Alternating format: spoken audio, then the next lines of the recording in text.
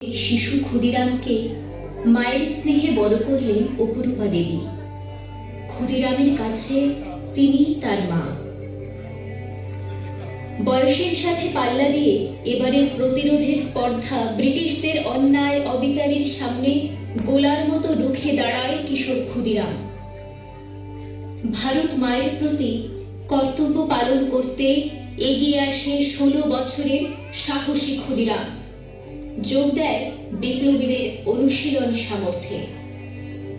কিংসফোর্ডকে হত্যা করার জন্য আমার প্রফুল্লের সাথে আরেকজনকে লাগবে। আমি যাব। তুই পারবি ক্ষুদিরাম? এই দেশ আমাদের দেশ। প্রত্যেক ভারতবাসী যাতে মাথা উঁচু করে বাঁচতে পারে, তার জন্য আমি আবারও লড়াই করে যাব।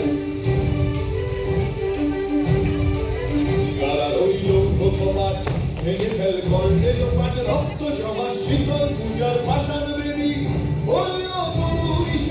বাজা তোর প্রলয় বিষম ধ্বংস নিশান প্রাচীর প্রাচীর বেদী নিশান বাজা তোর প্রলয় বিষম ধ্বংস নিশান প্রাচীর প্রাচীর বেদী কারা রইল কপাত কারা রইল কপাত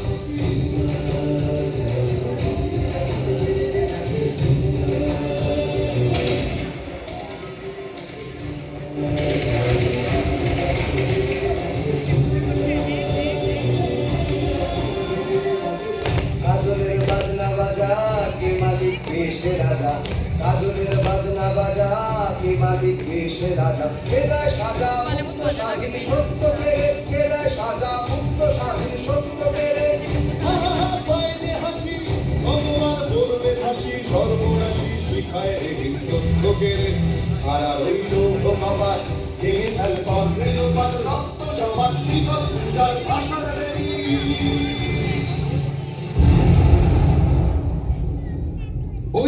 ওই যে ক্ষুদিরাম, ধর ওকে, ধরো ধরো ধরো।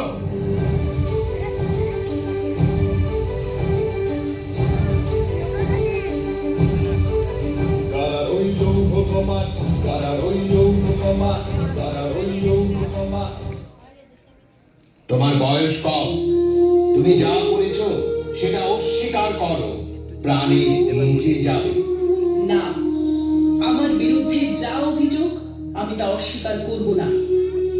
অর্ডার অর্ডার, ক্ষুদিরাম বসুকে মৃত্যুদণ্ডে দণ্ডিত করা হোক।